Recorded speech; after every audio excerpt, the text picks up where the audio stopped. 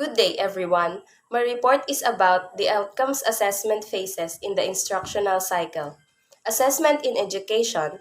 The term assessment refers to the wide variety of methods or tools that educators use to evaluate, measure, and document the academic readiness, learning progress, skill acquisition, or educational needs of students. There are 11 outcomes assessment phases in the instructional cycle.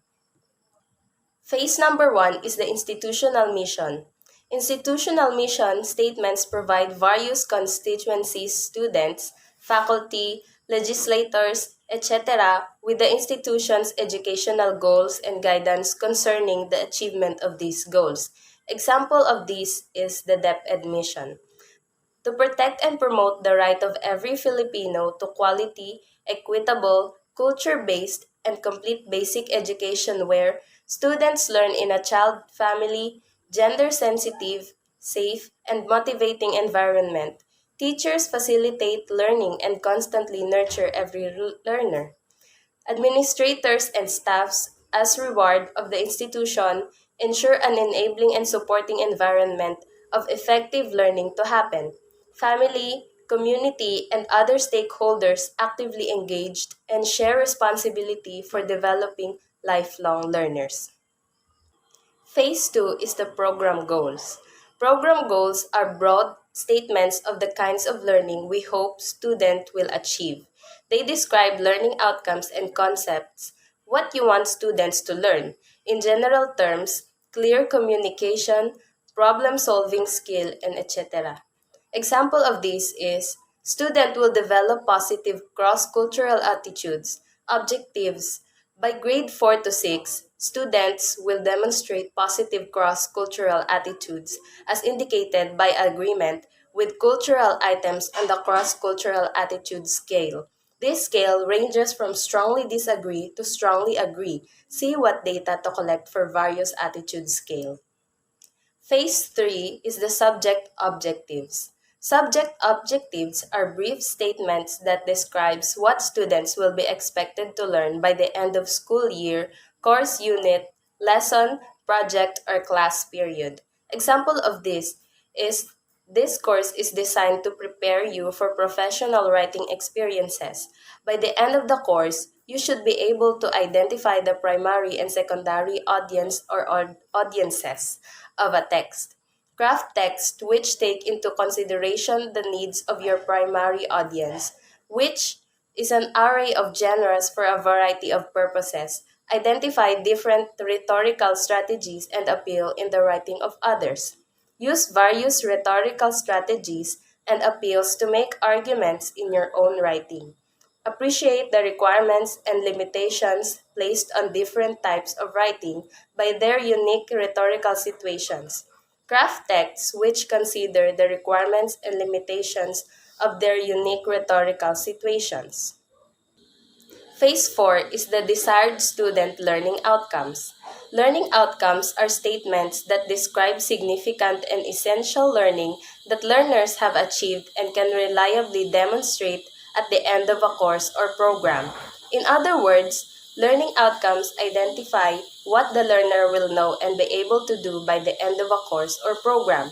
Example, the learner will have demonstrated the ability to make engine repairs on a variety of automobiles. In the above statement, the ability to make engine repairs implies that the person has the requisite knowledge to do so.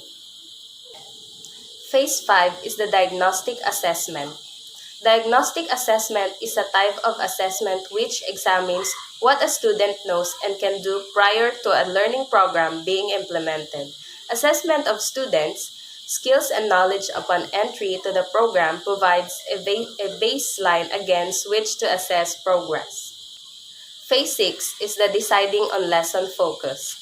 The first phase of a gradual release of responsibility model is the focus lesson. This is the time when the teacher is demonstrating, modeling, and sharing his or her thinking with students. Although this segment may be brief 5 to 15 minutes, it is powerful. Phase 7 is the supporting student activities. Students apply principles of logical thinking and persuasive argument in writing. First, forming opinion about the topic. Second, researching and writing about a variety of perspectives. Third, adapting style to identified audience. Fourth, employing clear argument in writing.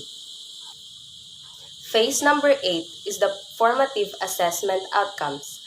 Formative assessment refers to a wide variety of methods that teachers use to conduct in process evaluations of student comprehensions, learning needs, and academic progress during a lesson, unit, or course. Example of this is the metacognition table at the end of class.